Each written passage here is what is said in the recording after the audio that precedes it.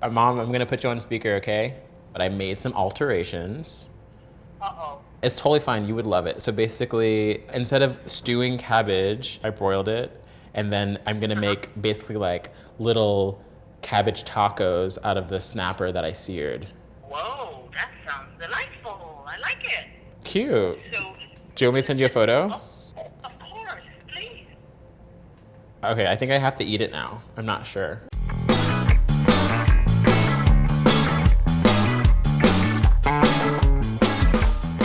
Hi, I'm Devonn. I am the chef and founder of YARDY. We are a pop-up and events company that's based in New York, inspired by the tropics. My family is from Jamaica, so a lot of the things that I do are influenced by the things I grew up with. Today we're doing summer salad, red snapper Escovitch with roasted cabbage. It's similar to a Spanish Escovitch. The words have the same root.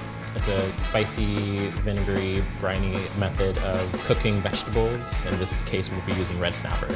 We're gonna start by preparing our vegetables for the escovitch. We're gonna cut into white onion into pretty thin rounds.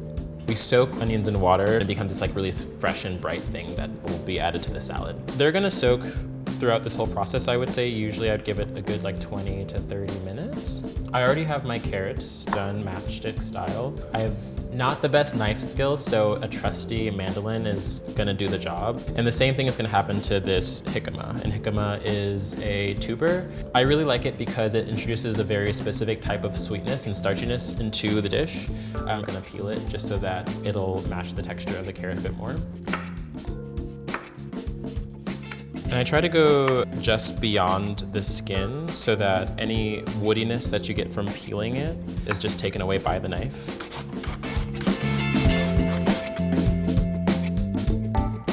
So delicious. We have the Scotch bonnet, which is a traditional Jamaican pepper. A lot of people find that the Scotch bonnet is too spicy. That means nothing to me.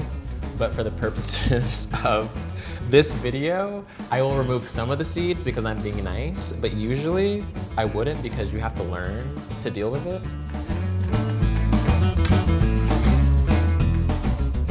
So this vinegar is here, it's champagne vinegar. Usually in Jamaica, they use just white distilled, but I wanted to do something that was a bit softer. In my house, we always eyeball vinegar. Measurements aren't a thing, but today it's half a cup of champagne vinegar with 2 Scotch bonnet peppers in here.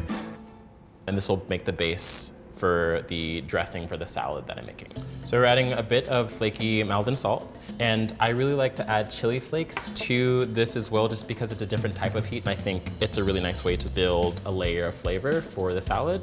And then moving on to the snapper. You can use pretty much any type of fish. I'm using snapper today just because it's one of my favorites. It's meaty, but not too overpowering, and I think really goes well with a summer salad.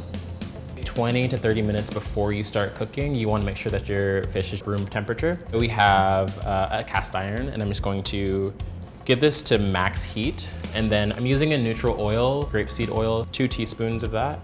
But then the fish has to also be very dry. So what I'm gonna do is I'm just gonna season it with salt. And I'll turn it over and do the same. Drop this on the skin side. You'll start to see it curl. And what I'm just gonna do is with my fish spatula, just going to push it down for like 20 to 30 seconds.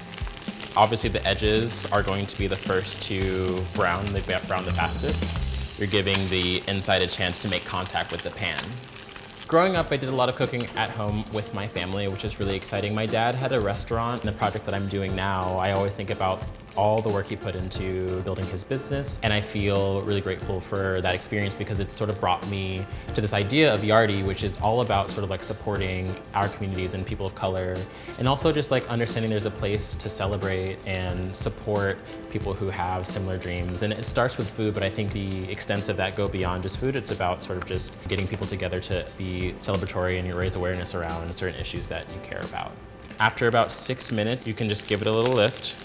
Because of that pressing, you can see that you made contact with the center that was puffing before, and it's really nice and crispy around the edges. So what I'm gonna do now is I'm gonna transfer the snapper to the broiler, and then we're gonna give it about 2 to 3 minutes. And so something else that's happening that's really important, especially when it comes to West Indian cooking, is to not waste anything. So what you're also gonna get are some really nice oils coming from the fish. And we're gonna use that as a way to sort of like enhance the flavor of this escovitch. So our fish is looking cute. I like cabbage because if you give it a little love and time, it can be super delicious.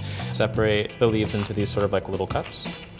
Add a bit of grapeseed oil to the leaves and always season with a bit of salt, chili flakes, just because I'm obsessed. I'm gonna give this a bit of a toss in the bowl just so that the oil and all of the other spices are a bit more evenly distributed. And I wanna make sure that I have a bit of space in between the leaves so that when they do char, it sort of can hit every leaf. So we're just gonna give that like 20 seconds. You still have this sort of like texture of the edges, but then still sort of fresh around where the bigger part of the stalk or stem is. Lift this fish out of the pan. Set it to the side. Bring this back up to temp. Add the jicama and carrot mixture to the fish oil to warm it to release the juices a bit more. And then what we're gonna do is we're gonna take our champagne and Scotch bonnet salt and chili flake mixture. We're gonna add that in as well. Toss it back into the white onion that's been soaking so that the onion will also get a bit of the spiciness that the dressing imparts. Add a bit of lime. Gonna give that a little toss as well. Add this to my plate.